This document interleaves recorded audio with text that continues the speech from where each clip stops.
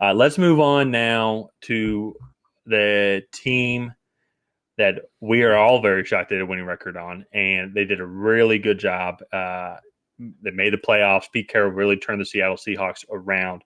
But before we get into that, if you have not already up to this point, hit that subscribe button so you can see when Ryan and I create new content. Also, ring that bell. That'll give you a notification when new videos have been released.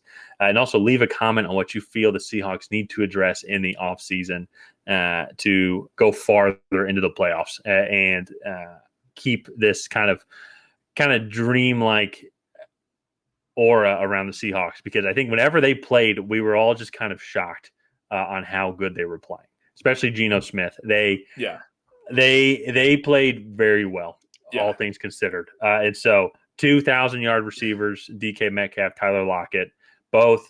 Going into the season, I thought that their stats were going to plummet just with having Geno Smith there. He proved myself and many other people wrong. 4,200 passing yards, 30 touchdowns, only 11 picks. And they found their running back for the future with Kenneth Walker, one of the best running backs in the league last year, though they're over 1,000 yards through just 15 games. And I think they hit on some offensive line pieces. They were 27th overall in the offensive line, but that they showed improvement throughout the season as it went on. Yeah. And Charles Cross at left tackle looked like he definitely settled in after his first few NFL starts. And my big thing, if you had told me that the Seahawks would be 9th in offensive points at the beginning of the year, I would have said no way, right? And they averaged 23.9 points a game, which put them right at 9th in between the Jaguars and the Minnesota Vikings.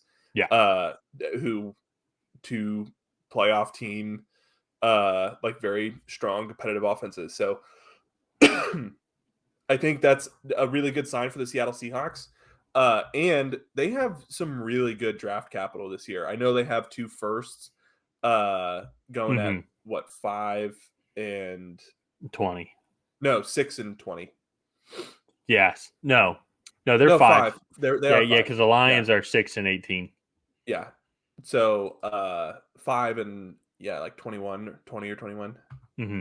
So they have some really good opportunity to build on a playoff caliber team from 2022. So it's a lot of positive outlooks as well. It's and I don't see too many really free agents that they can or that would be detrimental if they lost or that they wouldn't be able to afford. And so Austin Blythe is a little bit of one. But so he was 33rd out of all centers that qualified, 33rd out of 36. According to the PFF. So you still have to replace the starting center. You do have to replace the starting center, yes, but they could maybe even find a better one on the market, or can potentially draft someone like John Michael Schmitz. Maybe it'd be a little early at 20. I think a little too early at 20, but maybe they give it in the second round. I actually don't think it's too early for John Michael Schmitz. I mean, he was arguably the best offensive lineman at the Senior Bowl. Yeah. So and guys like Osiris Torrance are getting first round hype. Well, I guess it's a good point because Tyler Linderbaum went in the first round last year, and he was bona fide center going to be going in the first round. Do you think John Michael Schmitz has that? Has that He's potential? Bigger and stronger, and plays just as quick as Tyler Linderbaum did last year, in my opinion. They both have wrestling pedigrees, which is something that you really want in an offensive lineman. I like John Michael Schmitz a lot. I don't think 20 is really that high for it would be plug and play starting center. It would be a kind of a luxury pick as well. If you'd want to take a stretch on a guy, might be a little early, but you know what? They're going to get whoever they want, whatever defensive player they want, or offensive player that they want at 5. And so let's say if they went with Tyree Wilson at 5 and then John Michael Schmitz at 20, they'd really bolster up both offensive lines because both. Both sides of the trenches, I should say. Because other than that, it's there's some guys I think that they can re-sign, like Pona Ford is free agency. He had 3 sacks this year, average defensive tackle for them. Michael Jackson Sr., Ryan Neal actually might be their biggest one. He was the fourth best. Is that corner or safety? Safety. He was the fourth best safety according to PFF this past year. And with all their cap space, I think that they're able to do that, and they can make certain cuts or trades to even give themselves more cap space as well. But that I think that all that will be good for the team long term. I will say one final thing for me is I think that they should obviously re-sign Geno Smith. How much do you think they should re-sign Geno for?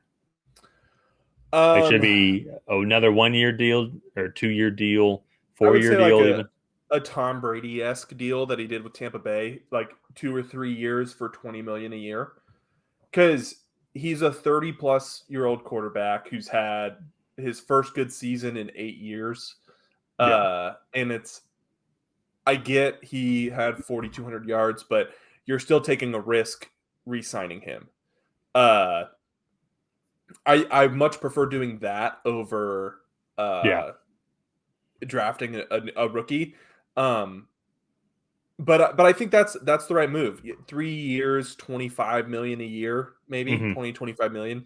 And that should set them up for success later on as their cap space continues to grow. They get a rookie quarterback in there to sit behind them to develop. I like that. I think 3 years for what would that be? 75 million? Something like 60, that. 75 million. Yeah.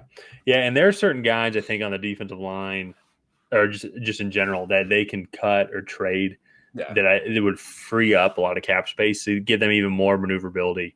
Let's say they do that, take that money off the books and that 20 to 25 million or whatever. And then just with the natural flow of how these guys are, how great they are with numbers, they'll be able to clear up probably similar amount of space going into the draft to go sign some more free agents and keep going from there. So it's a lot of positive outlooks, I think, for the Seahawks. The last thing that I have for them to address, offensive line, and then corner and safety, secondary. That's to me, they were 25th in defense, giving up 23.6 points a game last year, which is not good. That's pretty well above league average. And so for me, at 5, if you're not taking an edge defender in Tyree Wilson, Miles Murphy, one of those guys, I think Devin Witherspoon is on the board in the scope for a team like Seattle. To me, he's cornerback number 1. Very physical corner, that like just the style that Pete Carroll likes. And if you look at free agency, they are moving or losing. What is that? 1, 2, 3, 4, 5 members of the secondary. If they don't re-sign any of them, so and also too, Jamal Adams will be coming back off that devastating injury. Yeah, but he's the worst safety in the whole entire NFL. Well, you know what? And we're talking about that. If they trade him with post June 1st designation, $11 million clears up in the cap space. If I'm reading this correctly, I'm guessing if it's not in parentheses, then that's positive money gained back. Yeah, he's the most overhyped NFL player I think I've ever seen. So sorry, Seahawks fans, but I mean, they might agree with you. I mean, leave a comment if you agree, or leave a comment if you disagree. Because he only played 2 minutes of this team, sorry, not 2 minutes, 2 quarters. So in 2021, he had the worst coverage grade of any safety in the NFL. And he was worth a contract extension and 3 first-round picks. Yeah, okay. And so it's funny that you bring that up though too now, because the name that's coming to my mind right now, Brian Branch. Would 5 be too early for Brian Branch? It would replace him, stud athlete in that second round, or maybe you trade up with that 20th pick and move up to maybe trade with the Texans and give up a little bit more to try and go get your guy. Yeah, I mean, I think it would be worth trading up from 20. Maybe with a team like New England, or like you said with Houston, and moving up that way. But I think replacing Jamal Adams would be a good move, because I think, like I said, he's one of the most overrated safeties in the entire NFL. He makes highlight reel plays, but yeah, he has very little ball skills and can't cover people. So, so yeah. But I think that's going to wrap up the Seattle Seahawks. Very positive 2022. I think they have a lot of pieces in place to continue that over into 2023, re-signing Geno, 2 first-round picks. So yeah, I like what they have going on. So